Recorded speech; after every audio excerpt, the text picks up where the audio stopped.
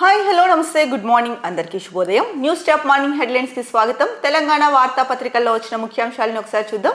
ముందుగా ఈనాడులో వచ్చిన బ్యానర్ ఐటమ్ ని చూస్తే కనుక కదిలిస్తే కంపనమే, షీట్ జోన్లోనే టీబీఎం కట్టర్ భాగం, సున్నిత ప్రదేశం కావడంతో సందిగ్ధావస్థ, రంగంలోకి ఎన్జీఆర్ఐ జీఎస్ఐ నిపుణులు, సొరంగం పైకప్పు కూలిన రోజు భూకంపం లాంటి శబ్దం వివరించిన టీజీఎం ఆపరేటర్ గ్లెన్ మొనాల్డ్.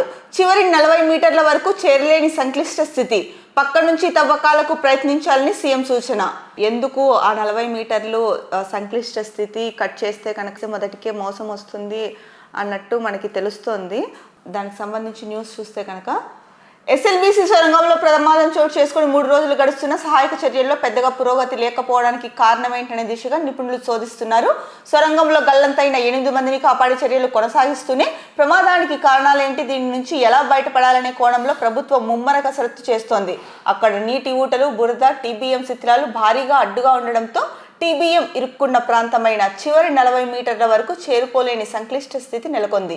సొరంగంలో భూగర్భాన్ని తొలగించే యంత్రం అంటే టీబీఎంలో ముందు 60 మీటర్ల భాగంలో కట్టర్ ఉంటుంది, వెనక 120 మీటర్ల భాగంలో ఆపరేటర్, ఇతర విభాగాలు ఉంటాయి. ఇప్పుడు పైకప్పు కూలిన కీలక ప్రాంతం కట్టర్ ఉన్న భాగంలో ఉంది. పైకప్పు పడిన ధాటికి 2 భాగాలు వేరుపడిపోయి బురదలో కూరుకుపోయాయి. యంత్రం ధ్వంసమైపోయింది. ఈ ప్రాంతంలో టీబీఎం సహా దేన్ని కదిలించినా పైకప్పులో మరిన్ని కంపనాలు ఏర్పడే ప్రమాదం ఉందని నిపుణులు హెచ్చరిస్తున్నట్లు తెలిసింది.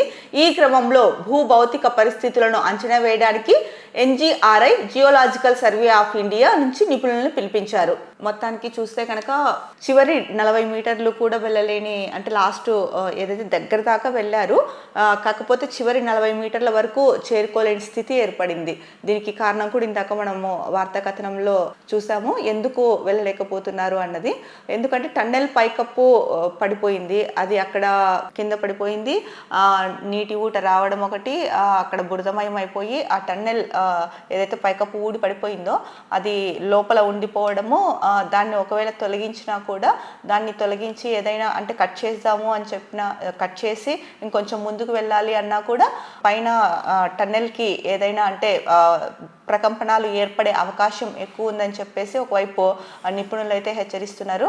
సో ఈ నేపథ్యంలో ఇంకా అంటే ప్రమాదానికి ఒకవైపు రెస్క్యూ టీం వాళ్ళని కాపాడడానికి ప్రయత్నం చేస్తూనే అసలు ఈ ప్రమాదానికి కారణాలు ఏంటి, దీని నుంచి ఎలా వాళ్ళని బయటకు తీసుకురావాలనేది కూడా అన్వేషిస్తున్నారు, అంటే మార్గాల్ని అన్వేషిస్తున్నారు.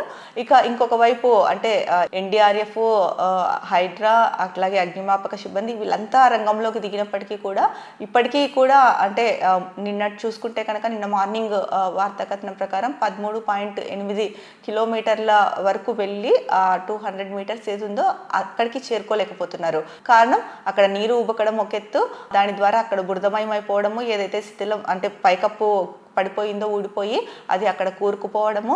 సో ఈ 8 మంది మరి అటువైపు ఉన్నారా లేకపోతే ఏంటి అన్నది తెలియకపోవడము, అక్కడికి వెళ్ళలేని పరిస్థితి రెస్క్యూ టీము. ఒకవేళ అక్కడివి తొలగిద్దాము అని చూస్తే కనుక అంటే ఇవాళ వచ్చిన కథనం ప్రకారము అక్కడున్న శిథిలాలు తొలగించి పోనీ దాన్ని కట్ చేద్దామా అంటే కనుక దాన్ని కట్ చేసే నేపథ్యంలో ఆ టన్నెల్కి మళ్ళీ ప్రకంపనలు ఏర్పడే అవకాశము ఉంది అని, అది ఇంకా పెద్ద ప్రమాదం కింద మారే అవకాశం ఉందన్నది ఒకటి.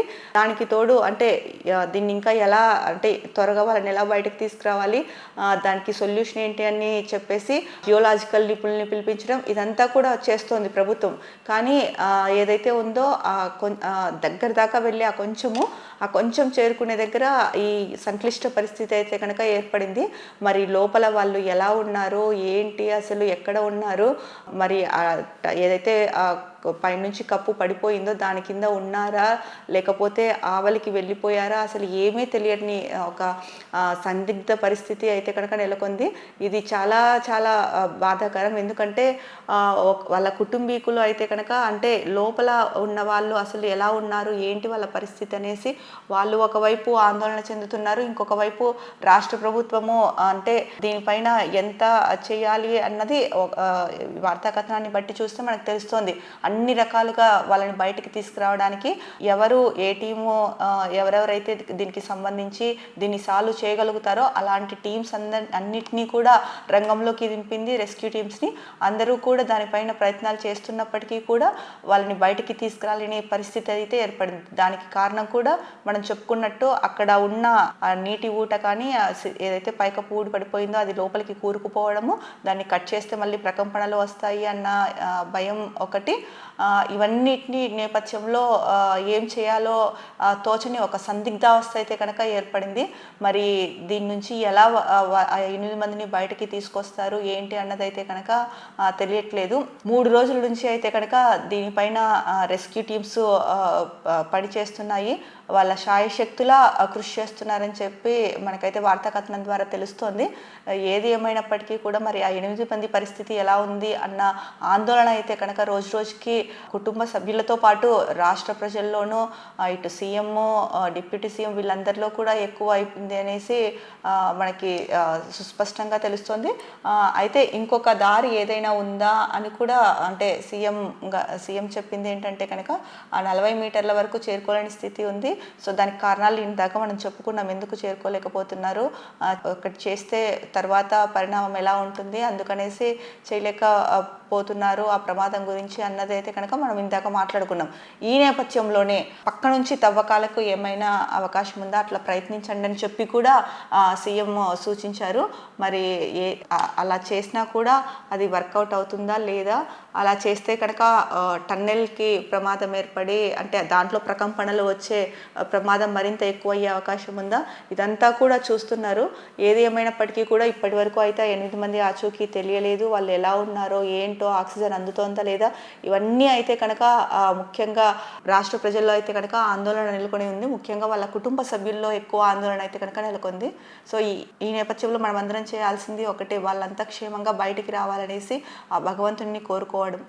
మరో ముఖ్యమైన వార్త చూస్తే కనుక భారాసాను కాపాడుతోంది భాజపానే. ఫోన్ ట్యాపింగ్ కేసుపై సీఎం రేవంత్ రెడ్డి ఆరోపణ. రాష్ట్రానికి నిధులు రాకుండా కిషన్ రెడ్డి అడ్డుపడుతున్నారు.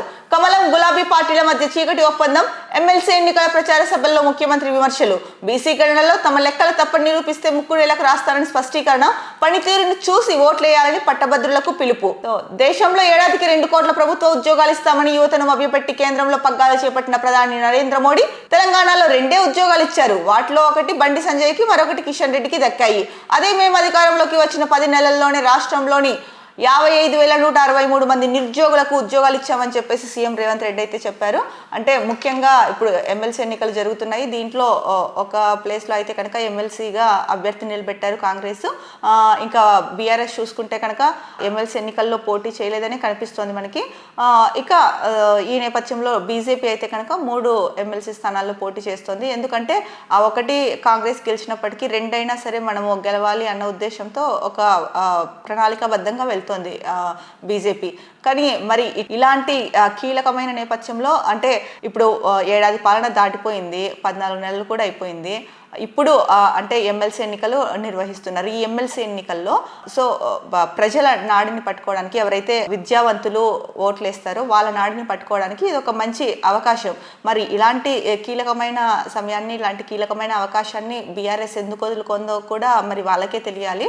ఎందుకంటే నిలబడితేనే కదా తెలిసేది ప్రభుత్వం పైన ప్రజలకి ముఖ్యంగా ఎవరైతే యువత గ్రాడ్యుయేట్స్ ఉన్నారో వీళ్ళకి వ్యతిరేకత ఉందా లేదా అన్నది తెలిసేది. మరి ఇలాంటి కీలక నేపథ్యంలో బీఆర్ఎస్ ఎందుకు ఎన్నికల్లో నిలబడలేదన్నది వాళ్ళకే తెలియాలి. ఇక ఏది ఏమైనా కూడా మొత్తానికి రేవంత్ రెడ్డి అయితే కనుక ఎవరినైతే ఎమ్మెల్సీ అభ్యర్థిగా నిలబెట్టారో తన గురించి మాట్లాడుతూ ఇక్కడ కొన్ని కీలక వ్యాఖ్యలు అయితే చేశారు. ఫోన్ ట్యాపింగ్ కేసులో అయితే కనుక సీఎం రేవంత్ రెడ్డి ఒక ఆరోపణ చేశారు. ఫోన్ ట్యాపింగ్ కేసులో బీఆర్ఎస్ని కాపాడుతోంది బీజేపీని అని చెప్పారు. ఇంకొకటి ఆయన గతంలో అంటే కొద్ది రోజుల క్రితం చెప్పారు, మళ్ళీ అది చెప్పారు. కులగణన సర్వేలో ముఖ్యంగా బీసీ గణనలో తమ లెక్కలు తప్పని తేలిస్తే కనుక నా 3 నెలలకు రాస్తానని చెప్పారు. దాన్నే మళ్ళీ ఆయన స్పష్టం చేశారు. ఇక పనితీరును చూసి ఓట్లు వేయాలని చెప్పేసి పట్టభద్రులకు అయితే కనుక పిలుపు ఇచ్చారు. ఇక బీజేపీను బీఆర్ఎస్ అయితే కనుక వాళ్ళు చీకటి ఒప్పందం కుదుర్చుకున్నారని చెప్పారు. ఇంకా మరో కీలక వ్యాఖ్య అయితే కనుక చేశారు. రాష్ట్రానికి నిధులు రాకుండా చేస్తున్నది కిషన్ రెడ్డి అని చెప్పారు. ఇక కేంద్ర ప్రభుత్వం అధికారంలోకి వచ్చిన తర్వాత ఇన్ని వేలు ఉద్యోగాలు ఇస్తామని చెప్పేసి తెలంగాణ రాష్ట్రానికి ఇచ్చింది 2 ఉద్యోగాలు. అది కూడా ఒకటి కిషన్ రెడ్డికి, ఒకటి బండి సంజయ్కి అని చెప్పేసి ఎద్దేవా చేయడం జరిగింది. ఇక మరో ముఖ్యమైన వార్త చూసుకుంటే కనుక వేసవి అవసరాలపై రాష్ట్ర స్థాయిలోనే తేల్చుకోవాలి, తెలంగాణ ఆంధ్రప్రదేశ్లకు కృష్ణా బోర్డు సూచన. సో కృష్ణా జలాల విషయంలో అయితే కనుక ఏపీకి తెలంగాణకి కొద్ది రోజుల నుంచి, అంటే గతంలోనూ ఉంది, ఇప్పుడు కూడా ఒకటే, అంటే ఏంటంటే ఏపీ అక్రమంగా అంటే వాళ్ళకి కేటాయించిన నీటి కన్నా కూడా ఎక్కువ తీసుకెళ్ళిపోతుంది అని చెప్పేసి ముఖ్యంగా తెలంగాణ ప్రభుత్వం చెప్తోంది. ఈ నేపథ్యంలోనే అంటే కృష్ణా ట్రిబ్యునల్కి వాదనలు వినిపించడం ఇదంతా కూడా జరిగింది. సో ఈ నేపథ్యంలో అయితే కనుక కృష్ణా బోర్డు ఒకటే సూచించింది, వేసవి అవసరాలపైన రాష్ట్రాల స్థాయిలోనే మీరే తేల్చుకోండి అని చెప్పేసి తెలంగాణ ఆంధ్రప్రదేశ్లకు అయితే కనుక సూచించింది. మరి 2 రాష్ట్రాలు మరి ఏం చేస్తాయి అన్నది కూడా చూడాలి. ఎందుకంటే ఈ విషయం పైన కేంద్ర మంత్రిని వచ్చారు, అయిపోయింది. మరి ఇప్పుడైతే కృష్ణా బోర్డు మీరే వేసవి అవసరాలకి సంబంధించి మీరే డిసైడ్ చేసుకోండి, అంటే మీరే తేల్చుకోండి అని చెప్పారు. మరి ఈ నేపథ్యంలో ఏం చేస్తారు అన్నది చూడాలి. ఇక మరో ముఖ్యమైన వార్తాపత్రిక దిశ చూసుకుంటే కనుక దిశలో రైతుల ఖాతాల్లోకి పీఎం కిసాన్ డబ్బులు, బీహార్లో విడుదల చేసిన ప్రధాని మోడీ 9.80 కోట్ల మంది లబ్ధిదారుల ఖాతాల్లోకి 22,000 కోట్ల జమ. సో మొత్తానికైతే రైతుల ఖాతాల్లోకి పీఎం కిసాన్ డబ్బులు అయితే కనుక విడుదల చేశారు, వాళ్ళ అకౌంట్లలో జమ అయింది అని చెప్పేసి ప్రధానంగా ఒక వార్త ఇచ్చారు. ఇక మరో వార్త చూసుకుంటే కనుక కాంగ్రెస్ పవర్లోకి రాగానే భజన పరులు వచ్చారు, సీఎంని వ్యతిరేకించిన వారే ఆయన చుట్టూ చేరారు. సికింద్రాబాద్ ఎంపీ టికెట్ దానంకు ఇవ్వడం వల్లే ఓటమి, నాకు పదవి రాకుండా అడ్డుపడ్డ ఉత్తమ్ జగ్గారెడ్డి. అంజన్ కుమార్ యాదవ్ సంచలన కామెంట్స్. సో జీవన్ రెడ్డిని ఓడించింది కాంగ్రెసే, బక్కా జడ్సన్. అంజన్ కుమార్ అయితే కనుక ఒక సంచలన కామెంట్స్ చేశారని చెప్పుకోవచ్చండి. అంటే కాంగ్రెస్ అధికారంలోకి రాగానే ఎవరైతే భజన పరులు ఉన్నారో వాళ్ళందరూ కూడా రేవంత్ రెడ్డి చుట్టూ తిరుగుతున్నారు. ఇప్పుడు ఆయనను అంటే రేవంత్ రెడ్డిని వ్యతిరేకించిన వాళ్ళే ఇప్పుడు ఆయన చుట్టూ చేరి భజన చేస్తున్నారని చెప్పేసి ముఖ్యంగా చెప్పారు. అలాగే అంజన్ కుమార్ ఆయనకి సీట్ రాకుండా చేసింది కూడా జగ్గారెడ్డి, ఉత్తమ్ కుమార్ రెడ్డి అని చెప్పేసి చెప్తున్నారు. ఇక సికింద్రాబాద్ ఎంపీ టికెట్ దానంకి ఇవ్వడం వల్లే ఓటమి పాలయ్యారు అని చెప్పేసి అయితే కామెంట్ చేశారు. మరి దీనిపైన అంటే వీళ్ళు ఎలా స్పందిస్తారు, అలాగే దానం కానీ ఎలా స్పందిస్తారు అనేది చూడాలి. ముఖ్యంగా సీఎం ఈ సంచలన కామెంట్స్ పైన, అంటే ఇంత బహిరంగంగా కామెంట్స్ చేయడం పైన సీఎం ఎలాంటి స్పందన ఉంటుంది, ఎలాంటి చర్యలు ఉంటాయన్నది కూడా చూడాలి. భారత్ పైనే ప్రపంచ దృష్టి, మధ్యప్రదేశ్ గ్లోబల్ ఇన్వెస్టర్స్ సమ్మిట్ లో ప్రధాని మోడీ 60 దేశాలకు చెందిన పారిశ్రామికవేత్తలు, దౌత్యవేత్తలు హాజరు. సమ్మిట్ కు లేటుగా వచ్చినందుకు క్షమాపణలు కోరిన పీఎం, 10-12వ తరగతి విద్యార్థులకు ఇబ్బంది కలగొద్దని ఆలస్యమని కామెంట్. సో మధ్యప్రదేశ్లో అయితే ఏదైతే గ్లోబల్ ఇన్వెస్టర్స్ సమ్మిట్ జరుగుతుందో అందులో ప్రధాని మోడీ పాల్గొనడం జరిగింది. దాంట్లో మాట్లాడుతూ ప్రపంచం దృష్టి భారత్ పైనే ఉంది అని చెప్పేసి ముఖ్యంగా ప్రస్తావించడం జరిగింది. ఎమ్మెల్సీ పదవికి పైరవీలు, ఎమ్మెల్యే కోటాకు కాంగ్రెస్ లో ఫుల్ కాంపిటీషన్. పోటీ పడుతున్న సీనియర్ జూనియర్ నేతలు 5లో 4 హస్తం పార్టీకి దక్కే అవకాశం.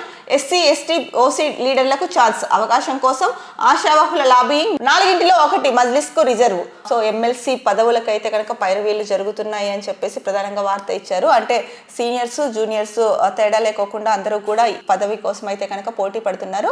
ఇక 5 సీట్లలో అయితే కనుక 4 కాంగ్రెస్ పార్టీకి దక్కే అవకాశం ఉందని కూడా ఇక్కడ ముఖ్యంగా చెప్తున్నారు. ఇక మరో ముఖ్యమైన వార్త చూస్తే బీఆర్ఎస్ నేతలను బొక్కలో వేస్తాం, విదేశాల నుంచి ప్రభాకర్ రావు, శ్రవణ్ రావు వచ్చిన 48 గంటల్లోనే వారిని ఎప్పుడు రప్పిస్తావు బండి సంజయ్.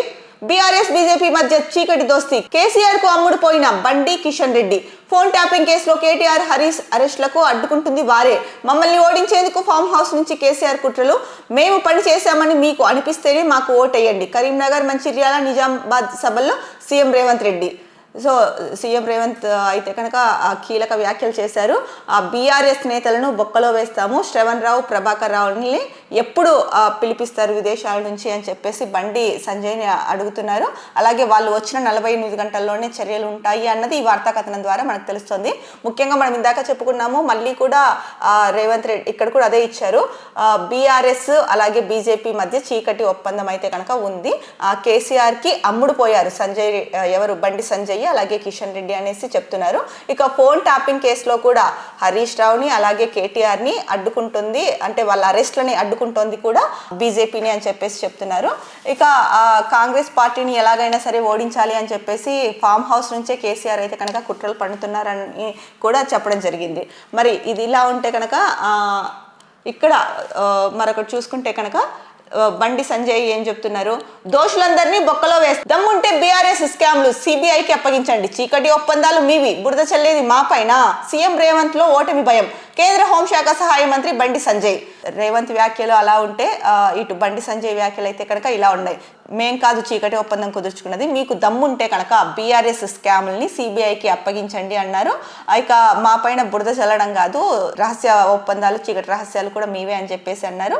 ఇక రేవంత్ రెడ్డిలో ఓటమి భయం పట్టుకుంది అని చెప్పేసి అందుకే ఇలా మాట్లాడుతున్నారని చెప్పి కూడా కేంద్ర హోంశాఖ సహాయ మంత్రి అయితే కనుక బండి సంజయ్ వ్యాఖ్యలు చేశారు. ఇదంతా చూసుకుంటే కనుక ఒకరి మీద ఒకరు ఆరోపణలు చేసుకోవడము, లేకపోతే కనుక పార్టీల పరంగా వ్యక్తిగత అంశాలు, లేకపోతే కనుక వ్యక్తుల గురించి మాట్లాడుకోవడము, పార్టీల మీద బురద చల్లుకోవడం తప్ప ప్రజా సమస్యల పైన ఏమైనా మాట్లాడుతున్నారా ప్రతిపక్షాలు? అధికార పక్షం ఎలాగో చేసేది వాళ్ళు చేస్తున్నారు. వాళ్ళు కూడా అధికార పక్షం కూడా ఎంతసేపు ప్రతిపక్షాల మీద బురద చల్లడం ఆపేసి ఇంకా ప్రజా సమస్యలు కానీ రాష్ట్ర అభివృద్ధి కోసం కానీ ముందుకు వెళ్ళాలి. అంతే కానీ ప్రతిపక్షాల మీద బురద చల్లడము అంటే వాళ్ళు బురద చల్లుతున్నారు కదా అనేసి దానికి కౌంటర్స్ ఇచ్చుకుంటూ ఉంటే కనుక సమయం అక్కడే ఎక్కువ వృధా అయిపోతుంది. ఇప్పుడు అధికార పార్టీలో కూడా సీఎంఏ డైరెక్ట్ గా వాళ్ళకి కౌంటర్ ఇవ్వాల్సిన అవసరం లేదు కదా. ఇప్పుడు చాలా మంది మంత్రులు ఉంటారు, లేదా ఎమ్మెల్యేలు ఉంటారు, ఎవరైనా వాళ్ళతో చెప్పించాలి. సీఎం గారు అంత టైం వేస్ట్ చేసుకుని వాళ్ళ మీద బురద చల్లడం ఇదంతా కూడా అంటే ప్రజలు గమనిస్తా ఉన్నారు. ఇక ముఖ్యంగా ప్రతిపక్ష పార్టీలు చేయాల్సిన పని ఏంటి, ప్రజల సమస్యలు ఏమున్నాయి, ప్రభుత్వం ఎలా పనిచేస్తోంది, ప్రజా సమస్యల పైన పనిచేస్తోందా లేదా, లేకపోతే రాష్ట్రాభివృద్ధికి ఏం చేస్తోంది, ఏం ప్రాజెక్టులు కడుతోంది, ఎటువంటి అంటే నిధులు ఇప్పుడు దావోస్ సదస్సుకి వెళ్ళేసి వచ్చారు, నిధులు పెట్టుబడులు పెట్టడానికి చాలా మంది ముందుకు వచ్చారు, చాలా ఒప్పందాలు చాలా కంపెనీలు ఒప్పందాలు కుదుర్చుకున్నాయి. సో ఇవన్నీ ఏంటి, రాష్ట్రాభివృద్ధికి ఎలా ముందుకెళ్ళాలి అన్న దానిపైన సూచనలు సలహాలు చేయాలి. లేదా రాష్ట్ర ప్రభుత్వం ఏదైనా నిర్ణయం తీసుకుంటే ఒకవేళ అది కరెక్ట్ గా అనిపించకపోతే వాళ్ళకున్న అభ్యంతరాలు చెప్పడము ఇలా చేసుకుంటూ వెళ్ళాలి. కానీ అలాగే ముఖ్యంగా ప్రజలు అంటే గ్రామాన కూడా ప్రజలు ఎలాంటి ఇబ్బందులు పడుతున్నారో ఇలాంటివి చూసుకొని ఇలాంటి వాటి మీద ఫోకస్ చేయాల్సింది పోయి ఎంతసేపు బురద చల్లుకోవడమేనా? ఇందుకేనా మిమ్మల్ని గెలిపించింది?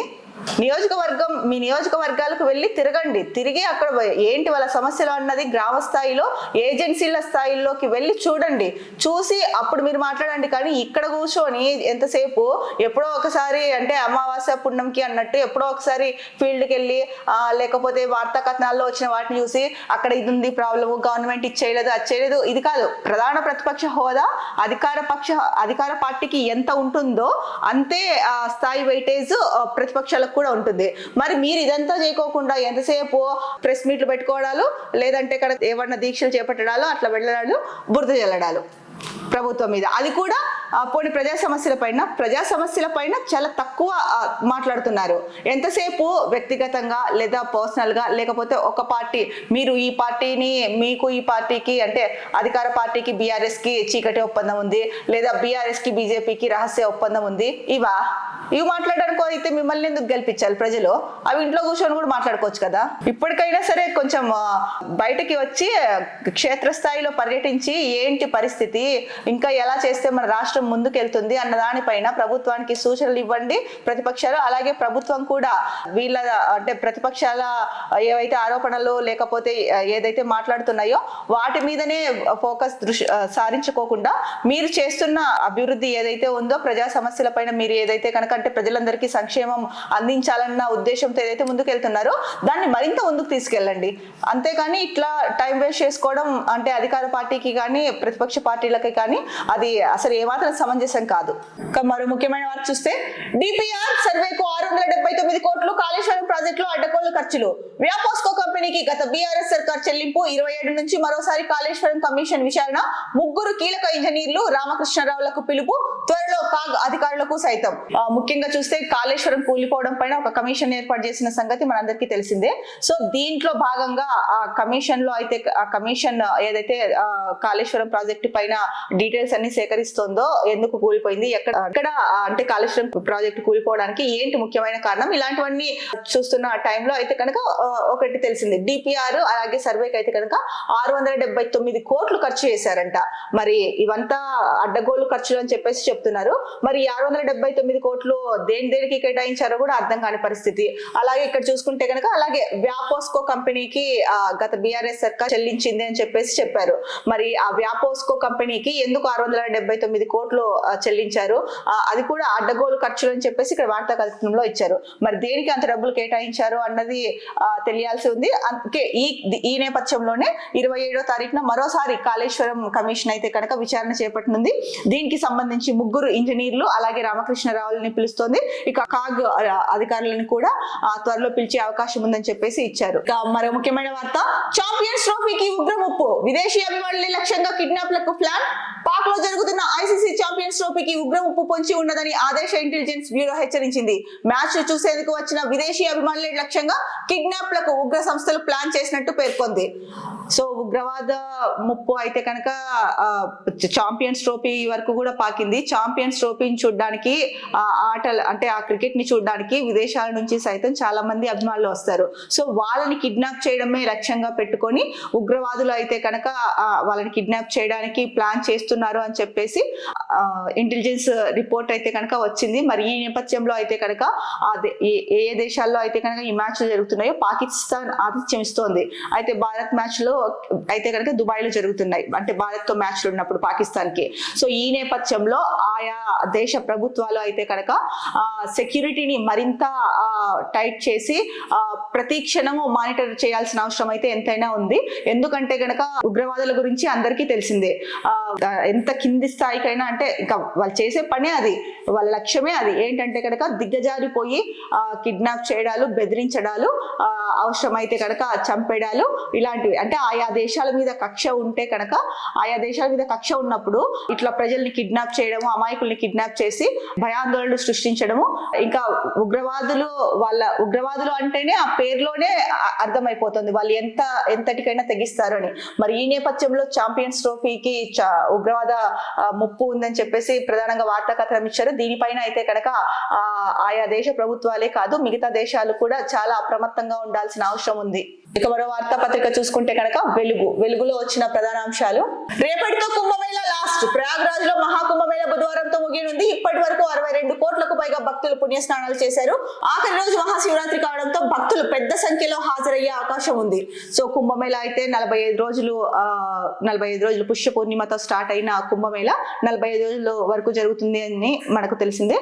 సో రేపు మహాశివరాత్రితో ముగియనుంది. సో ఇప్పటి వరకు అయితే కనుక 62 కోట్ల మంది భక్తులు పుణ్యస్నానాలు ఆచరించారు. రేపు మహాశివరాత్రి సందర్భంగా అధిక సంఖ్యలో భక్తులు వస్తారని అయితే కనుక చెప్తున్నారు. మరో ముఖ్యమైన వార్త, హైదరాబాద్ లో ఆక్సిజన్ ఇన్నోవేషన్ సైట్ ప్రారంభించిన సీఎం రేవంత్ రెడ్డి. పెట్టుబడులతో ముందుకు రావాలని కంపెనీలకు ఆహ్వానం. బయోటెక్ హబ్ గా హైదరాబాద్ మరింత బలోపేతమవుతుందని ధీమా. సో హైదరాబాద్ లో అయితే కనుక ఆక్సిజన్ ఇన్నోవేషన్ సైట్ అయితే కనుక ప్రారంభించారు సీఎం రేవంత్ రెడ్డి. పెట్టుబడులతో ముందుకు రావాలని చెప్పేసి కంపెనీ ప్రతినిధులకు అయితే కనుక ఆహ్వానం పలికారు. ఒక రకంగా చూసుకుంటే కనుక అంటే బయోటెక్ హబ్ గా హైదరాబాద్ మరింత బలోపేతం అవుతుందనేసి ధీమా వ్యక్తం చేశారు CM Revanth Reddy. Danger zone లో సనత్ నగర్, తీవ్ర స్థాయిలో వాయు కాలుష్యం, మీటర్లో 431 AQI నమోదు. సో వాయు కాలుష్యం ఎక్కడ చూసినా కూడా పెరిగిపోతుంది. ఇన్ని రోజులు మనం ఢిల్లీ గురించే మాట్లాడుకున్నాము. ఆ తర్వాత హైదరాబాద్ లో కూడా వాయు కాలుష్యం పెరిగిపోతుందని చెప్పేసి కొన్ని ఏరియాల్లో ఈ మధ్య కాలంలో మనము వార్తా కథనాలు చూసాం. ఈ నేపథ్యంలోనే సనత్ నగర్ లో కూడా వాయు కాలుష్యం తీవ్ర స్థాయిలో ఉందని చెప్పేసి ప్రధానంగా వార్తాంశం ఇచ్చారు. మరి ఈ వాయు కాలుష్యాన్ని నివారించడం మన చేతుల్లో కూడా ఉంది, అంటే ప్రజల చేతుల్లో ఎంతైనా ఉంది. ఎందుకంటే వాయు కాలుష్యం పెంపొందడానికి అనేక కారణాలు ఉన్నాయి, అవన్నీ కూడా మనకి తెలిసినవే. సో ఈ వాయు కాలుష్యం వల్ల మనమే ఎఫెక్ట్ అవుతాం, అంటే మనమే ఎఫెక్ట్ అవుతాం. కాబట్టి వాయు కాలుష్యాన్ని తగ్గించే దిశగా ప్రయత్నాలు అయితే ఎవరికి వాళ్ళు చేయాలి. మరో వార్త, కుంభమేళాకు వెళ్లొస్తూ 3 మృతి, టిప్పర్ ను కారు ఢీ కొట్టడంతో ప్రమాదం. యూపీలోని వారణాసిలో ఘటన. మృతులంతా సంగారెడ్డి జిల్లా వాసులు. సో సంగారెడ్డి జిల్లాకు చెందిన వాళ్ళు కుంభమేళాకు వెళ్లి తిరుగు ప్రయాణంలో అయితే కనుక వాళ్ళు ప్రయాణిస్తున్న కారుని టిప్పర్ ఢీ కొట్టడంతో ఈ ప్రమాదం చోటు చేసుకుంది. ఈ ప్రమాదంలో అయితే కనుక 3 చనిపోవడం అయితే జరిగింది. ఇక మరో ముఖ్యమైన వార్తాపత్రిక నమస్తే తెలంగాణ. నమస్తే తెలంగాణలో ప్రధాన వార్తాంశాలని చూసుకుంటే గనక నరేందర్ రెడ్డి ఓడినా నష్టం లేదు, ఒక్క ఎమ్మెల్సీ ఓడితే నా ప్రభుత్వానికి ప్రమాదం ఏం లేదు, భరోసా వస్తేనే రుణమాఫీ అయితేనే ఓటేయండి. ఇప్పటి ఇంజనీరింగ్ కాలేజీల్లో చదివిన ఇంజనీర్ల కంటే మేస్త్రీలకే నైపుణ్యం ఎక్కువ, అందుకే స్కిల్స్ వర్సిటీ. ఎమ్మెల్సీ ఎన్నికల ప్రచారంలో సీఎం రేవంత్ రెడ్డి వ్యాఖ్యలు. ఎన్నికలకు ముందే చేతులెత్తేసామా, కాంగ్రెస్ లో చర్చ. ఎమ్మెల్సీ ఎన్నికల్లో అయితే ఒక స్థానం నుంచి కాంగ్రెస్ పోటీ చేస్తోంది. దీనికి సంబంధించి ఆ ప్రచారంలో రేవంత్ రెడ్డి అయితే కనుక కొన్ని వ్యాఖ్యలు చేశారు. దీనిపైన కాంగ్రెస్ పార్టీలోని వాళ్ళే చర్చించుకుంటున్నారు అని చెప్పేసి ప్రధానంగా వార్తా కథనం ఇచ్చారు. ముఖ్యంగా రేవంత్ రెడ్డి అంటున్నది ఏంటంటే ఒక స్థానంలో అయితే కనుక ఎమ్మెల్సీ అభ్యర్థిని నిలబెట్టారు నరేందర్ రెడ్డిని. ఒకవేళ ఆయన ఓడినా కూడా ప్రభుత్వానికి నష్టం ఏమీ లేదు అని చెప్తున్నారని చెప్పేసి ప్రధానంగా హెడ్లైన్ అయితే ఇచ్చారు. అంటే ఒక్క ఎమ్మెల్సీ ఓడితే నా ప్రభుత్వానికి నష్టం ఏమీ లేదు, మేం చేసిన అభివృద్ధి పనులు సంక్షేమం ఏదైతే ఉందో అలాగే రైతు భరోసా వస్తే రైతు రుణమాఫీ వస్తేనే ఓటేయండి అనేసి చెప్తున్నారు. ఇక అలాగే ఇప్పటి ఇంజనీరింగ్ కాలేజీల కన్నా కూడా, అంటే ఇప్పుడు ఇంజనీరింగ్ కాలేజీలో ఎవరైతే చదువుతున్నారో వాళ్ళకన్నా కూడా మేస్త్రీలకే ఎక్కువ నైపుణ్యం ఉంది, అందుకే స్కిల్స్ యూనివర్సిటీని ఏర్పాటు చేస్తున్నామని చెప్పారు. ఇక రేవంత్ రెడ్డి చేసిన ఈ వ్యాఖ్యల పైన అయితే కనుక, అంటే ఓడినా మాకేం నష్టం లేదు అని రేవంత్ రెడ్డి ఏదైతే అన్నారో ఆ వ్యాఖ్యల పైన అయితే కనుక కాంగ్రెస్ లో చర్చ జరుగుతోందని చెప్పేసి ముఖ్యంగా వార్త ఇచ్చారు. మనం ముఖ్యమైన వార్త, ప్రాణాల కన్నా ప్రచారమే ముఖ్యమా, ప్రభుత్వ వైఫల్యంతోనే ఎస్ఎల్బిసి ప్రమాదం, కార్మికులను రక్షించడంలో సర్కార్ నిర్లక్ష్యం, ఇప్పటిదాకా ఏం చేశారో ఎందుకు చెప్పరు, ముఖ్యమంత్రి తీరు తీవ్ర అభ్యంతరకరం, ఎస్ఎల్బిసికి మంగళం పాడేందుకే లీకుల, మాజీ మంత్రి జగదీష్ రెడ్డి ఆగ్రహం. సో మాజీ మంత్రి జగదీష్ రెడ్డి అయితే కనుక రేవంత్ రెడ్డి సర్కార్ పైన తీవ్ర ఆగ్రహం వ్యక్తం చేస్తున్నారు. ఎమ్మెల్సీ ఎన్నికలు దగ్గరకు వస్తున్న నేపథ్యంలో ఎమ్మెల్సీ ఎన్నికల ప్రచారానికి రేవంత్ రెడ్డి వెళ్ళడం జరిగింది. సో ఒకవైపు ఏమో ఎస్ఎల్బిసిలో 8 మంది చిక్కుపోయి 3 రోజులు అవుతోంది, వాళ్ళ ఆచూకీ ఇంకా తెలియలేదు. ప్రభుత్వం అయితే ఒకవైపు రెస్క్యూ టీమ్స్ ని పిలిపించి ఎన్ని రకాలుగా వాళ్ళని బయటకు తీసుకురావాలో అన్ని రకాలుగా సహాయక చర్యలు అయితే కనుక చేపట్టింది. ఇందాక చూసుకున్నాం మన వార్తా పేపర్స్ లో. దీనికి సంబంధించే జగదీష్ రెడ్డి అయితే కనుక వ్యాఖ్యలు చేశారు. అంటే మనుషుల ప్రాణాల కన్నా కూడా మీకు ఎన్నికల ప్రచారమే ముఖ్యమా అని చెప్పేసి ప్రధానంగా ఆయన ప్రశ్నిస్తున్నారు. ఎస్ఎల్బిసి ప్రమాదము అయితే కనుక పూర్తిగా ప్రభుత్వ వైఫల్యం అని కూడా అంటున్నారు ఈయన. మరి ఈ నేపథ్యంలోనే ఇంకొక మాట కూడా చెప్పారు, ముఖ్యమంత్రి తీరు, అంటే ఈ విషయంలో ముఖ్యమంత్రి తీరు అయితే కనుక తీవ్ర అభ్యంతరకరంగా ఉందని చెప్పేసి జగదీష్ రెడ్డి చెప్తున్నారు. ఇది తెలంగాణ వార్తాపత్రికల్లో వచ్చిన ముఖ్యాంశాలు. రేపటి న్యూస్ స్టాప్ మార్నింగ్ హెడ్లైన్స్ లో మళ్ళీ కలుద్దాం. అంతవరకు సెలవు, నమస్కారం. Be happy, stay strong, stay healthy.